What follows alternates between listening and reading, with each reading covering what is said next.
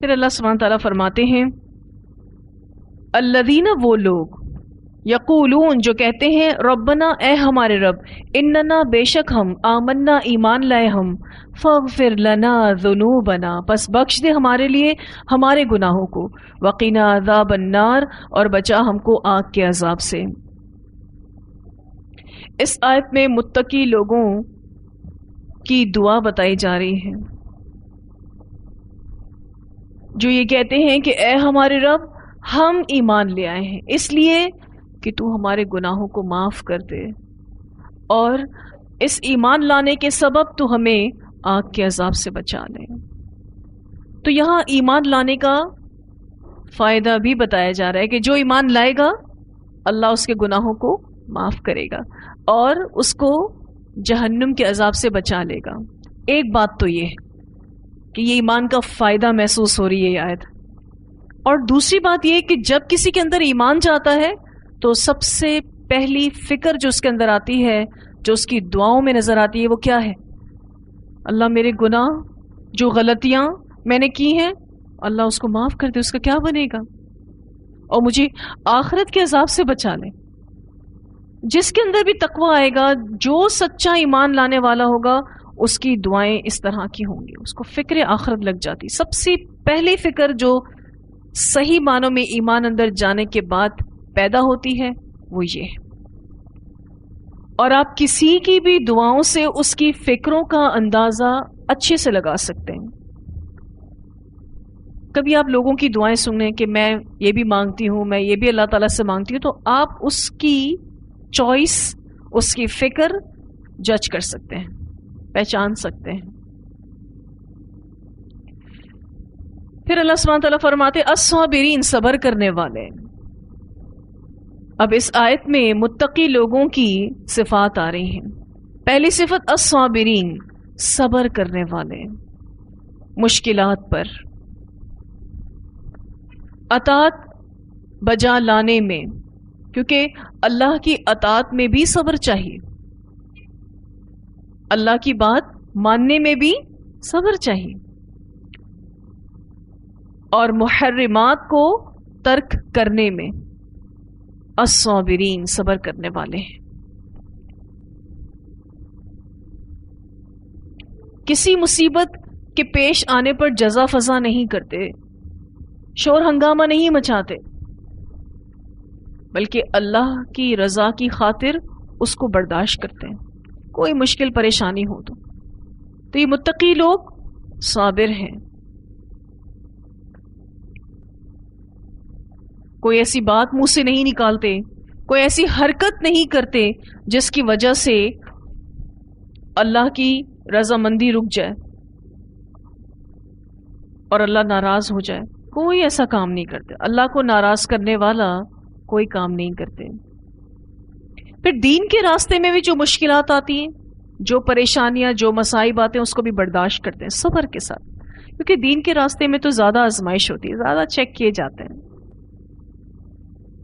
استقامت اختیار کرنے والے ہوتے ہیں، اور استقامت کو آپ دوسرے لفظوں میں کیا کہہ سکتے ہیں؟ صبر کر۔ استقامت کو دوسرے لفظوں میں آپ صبر کہہ سکتے ہیں۔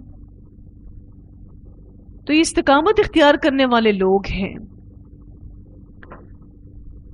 والصادقین، اور سچ بولنے والے، دوسری صفت کہ یہ صادقین ہیں۔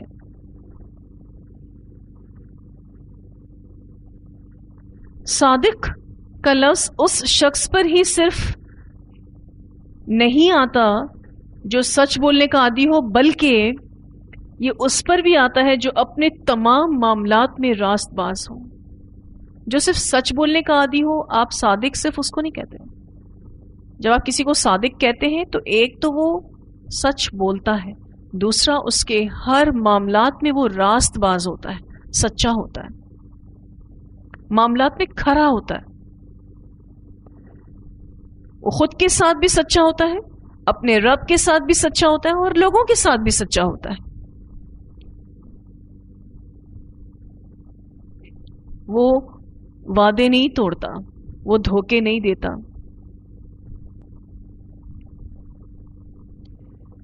والقانتین، اور اطاعت گزار، یہ تیسری صفت ہے۔ قانت کا جب لفظ آتا ہے تو اطاعت میں عاجزی اور دوام کا معنی آتا ہے. اطاعت میں عاجزی اور دوام، یہ دو چیزیں آپ کو ملیں گی. یعنی وہ بات مانے گا اللہ تعالیٰ کی عاجزی کے ساتھ، اور اس میں دوام بھی ہوگا. دوام کہتے ہیں کنٹینیوس، مستقل. والمنفقین، اور خرچ کرنے والے، اپنے مال کو اطاعت کی ان تمام صورتوں میں خرچ کرنے والے ہیں جن کا اللہ تعالیٰ نے حکم دیا ہے. مثلاً صلہ رحمی پر خرچ کرنے والے، صدقہ خیرات میں خرچ کرنے والے، اپنی ضرورتوں پر خرچ کرنے والے، دوسروں کی ضرورتوں پر خرچ کرنے والے.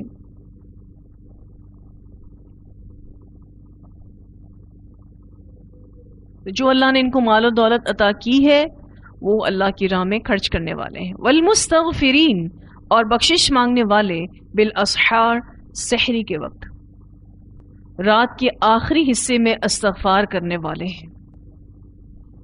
کیونکہ جتنا بھی کوئی نیک بن جائے، جتنے بھی نیک کام کر لے، ان نیک کاموں میں کوئی نہ کوئی کمی کوتاہی رہ جاتی ہے، اس پر استغفار کرنے کی ضرورت ہوتی ہے. تو یہ متقی لوگ استغفار کرتے ہیں، اور استغفار کے لیے بھی جو وقت انہوں نے چنا ہے وہ سحری کا وقت ہے.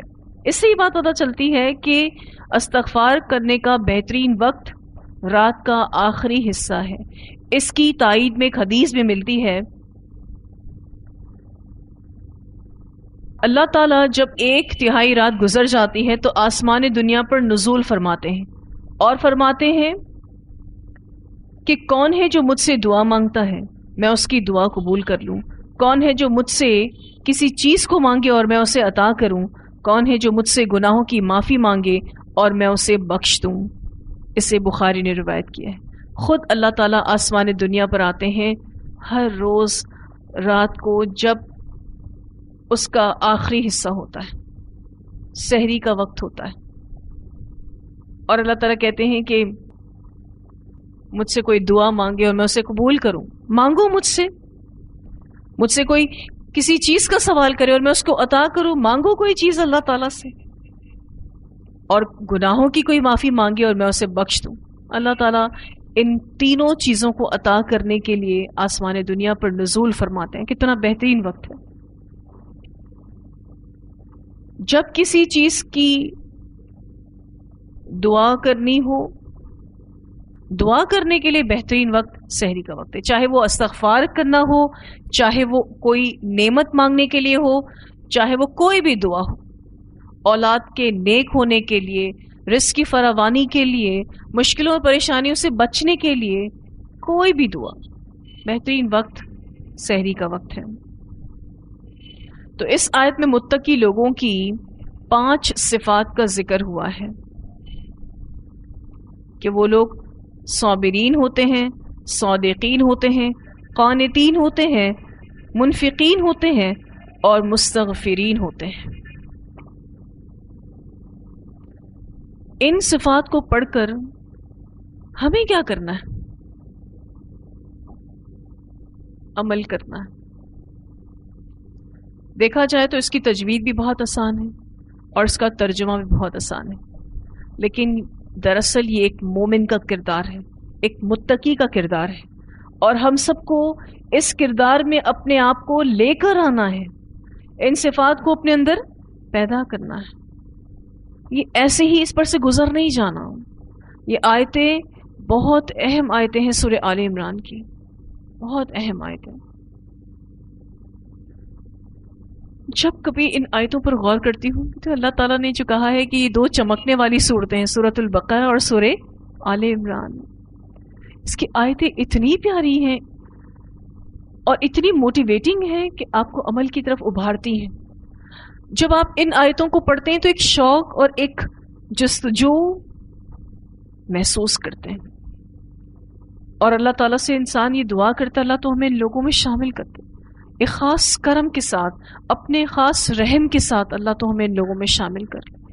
ہم واقعی کہیں نہ کہیں کمزور پڑ جاتے ہیں، اور وہ کمزوریاں پھر آخرت میں بھگتنی پڑیں گی ہمیں. اس چیز کے لیے اپنے آپ کو مضبوط کرنا، اس کی دعا بھی کریں اور اس کی کوشش بھی. آگے اللہ تعالیٰ فرماتے ہیں شہید اللہ، گواہی دی اللہ نے، اللہ نے گواہی دی، بیان کیا، آگاہ کیا، انہو بے شک وہ، لا الہ الا ہو نہیں کوئی الہ مگر وہی. اللہ تعالیٰ خود گواہی دے رہے ہیں توحید کی. والملائکہ، اور فرشتے بھی، یہ گواہی فرشتے بھی دیتے ہیں. وَأُولُو الْعِلْمِ، اور علم والے بھی، وہ بھی یہ گواہی دیتے ہیں کہ اللہ ایک ہے. قائمًا بالقسط، اللہ تعالیٰ قائم ہے عدل کے ساتھ، اللہ تعالیٰ قائم رکھنے والا ہے عدل کو. یہ دو گواہیاں اگر آپ اس کو ان بریکٹ کر دیں، انہو لا الہ الا ہو پہلی گواہی یہ ہے، اور دوسری گواہی قائمًا بالقسط، اور گواہی دینے والے اللہ تعالیٰ ہیں، فرشتے ہیں اور اولو العلم ہیں. اور گواہی یہ ہے کہ اللہ کے سوا کوئی معبود نہیں. اور کائنات کا منظم نظام، ایک ڈسپلن کائنات جو آپ دیکھتے ہیں، اس بات پر دلیل ہے کہ یہ کائنات عدل پر قائم ہے، اور اللہ نے اس کو عدل پر قائم رکھا ہے.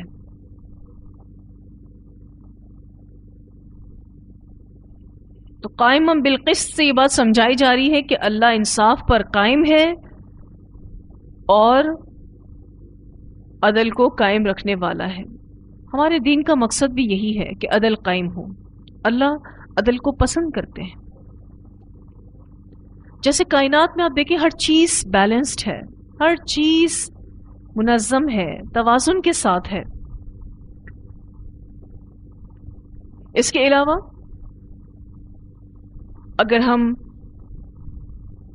اپنے دین کو دیکھیں تو وہ بھی عدل پر قائم ہے، خواہ وہ کوئی عبادت ہو، معاملات ہوں، عقیدہ ہو. ہمارا دین بہت بیلنسڈ ہے.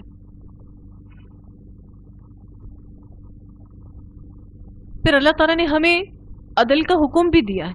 جو نعمتیں اس نے ہمیں دیں اس کا حق ادا کرنا بھی کیا ہے؟ عدل ہے. جو بھی نعمتیں اللہ تعالیٰ دیتا ہے ہمیں سکھاتا ہے کہ اس کا پورا حق ادا کرو، یہ بھی عدل ہے. اب ان دو گواہیوں کے بیچ میں ربط کیا ہے؟ لا الہ الا ہو قائما بالقسط کے درمیان ربط یہ ہے کہ جو شخص بھی توحید پر قائم ہوگا، جس شخص کے دل کے اندر توحید راسخ ہوگی، اس انسان میں عدل ضرور آئے گا، اس کی زندگی میں اعتدال ضرور آئے گا.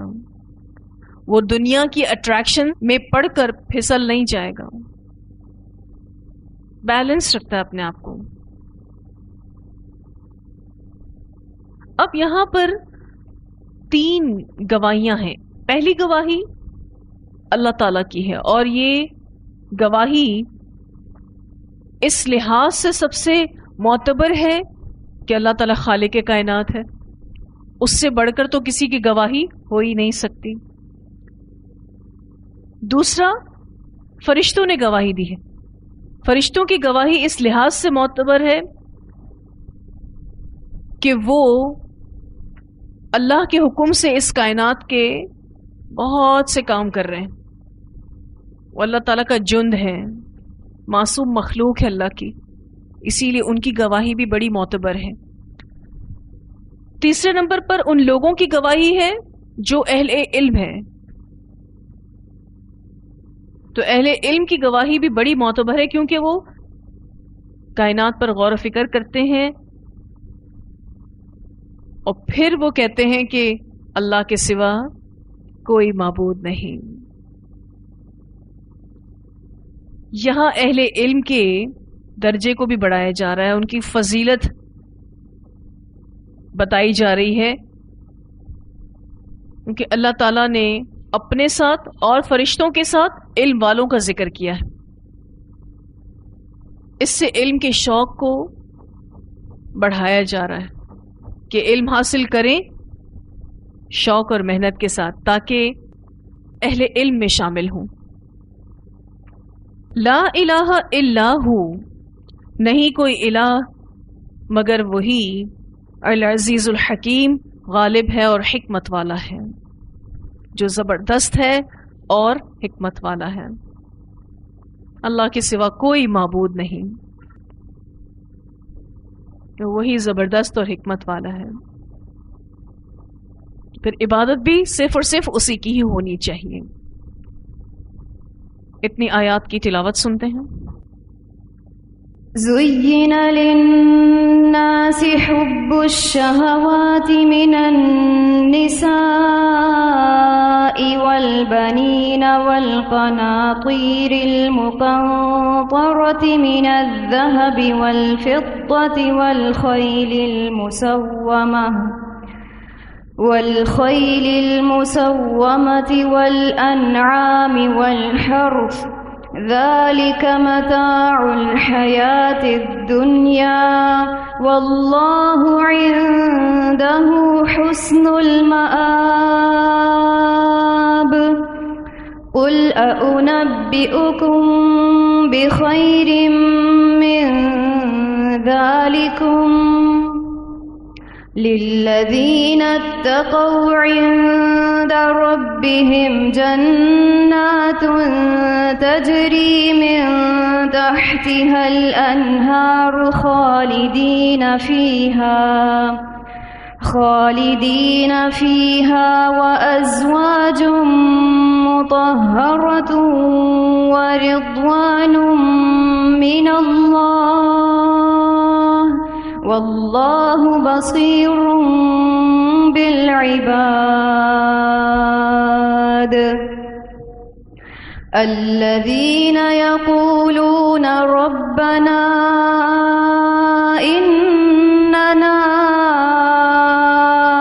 آمنا فاغفر لنا ذنوبنا وقنا عذاب النار. الصابرين والصادقين والقانتين والمنفقين والمستغفرين بالأسحار. شهد الله أنه لا إله إلا هو والملائكة وأولو العلم قائما بالقسط لا إله إلا هو العزيز الحكيم.